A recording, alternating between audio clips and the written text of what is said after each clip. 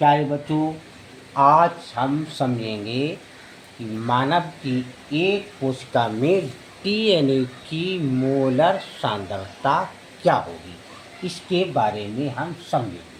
तो समझने से यानी समझाने से, हमारे समझाने से, आपके समझने से पहले आप लोग लाइक, सब्सक्राइब, कमेंट और शेयर जरूर कीजिए। तो किसी पदार्थ की यानी जो सांद्रता होती है वो प्रति इकाई आयतन में उसकी मात्रा की एक माप होती है। सांद्रता हम लोग जानते हैं, जैसे कोई गिलास में पानी है, उसमें चीनी मिलाए और मिलाए और मिलाए, जितनी चीनी मिलाते जाएंगे उतनी उसकी सांद्रता बढ़ती जाएगी।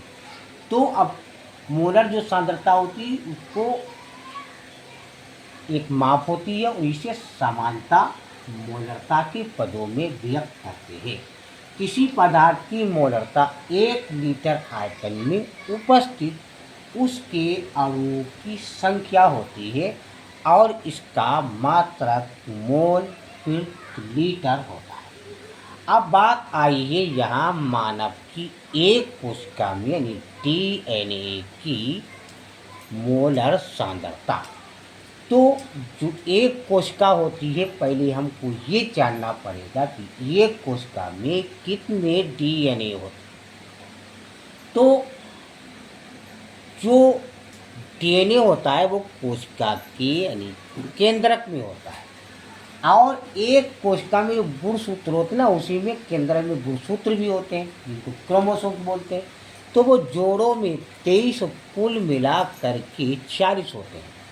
तो और हर गुणसूत्र में से यहाँ एक गुणसूत्र बनाया हुआ है और इसी में धागे की तरह ये गुणसूत्र इसी में धागे की तरह लिखा हुआ डीएनए होता है। तो एक गुणसूत्र में एक डीएनए, कुल गुणसूत्र यानी क्रोमोसोम 46, तो डीएनए भी 46। एक कोशिका में 46 डीएनए होते हैं।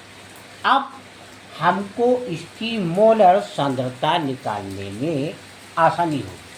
तो एक मानव कोशिका द्विगुणित 7, इसलिए डीएनए की मोलर सांद्रता बराबर होगी कुल क्रोमोसोम की संख्या जो 46 और गुणा जो मोल होते हैं यानी मोलरता यानी मोलर सांद्रता होगी 6.023 गुणा 10⁻23 और कुल क्रोमोसोम 40 से 40 और इनकी जब हम गुणा करेंगे तो हमारा आएगा 277.058 और इसको जब और हल करेंगे तो हमारा कुल हल आएगा 2.7 गुणा 10⁻18।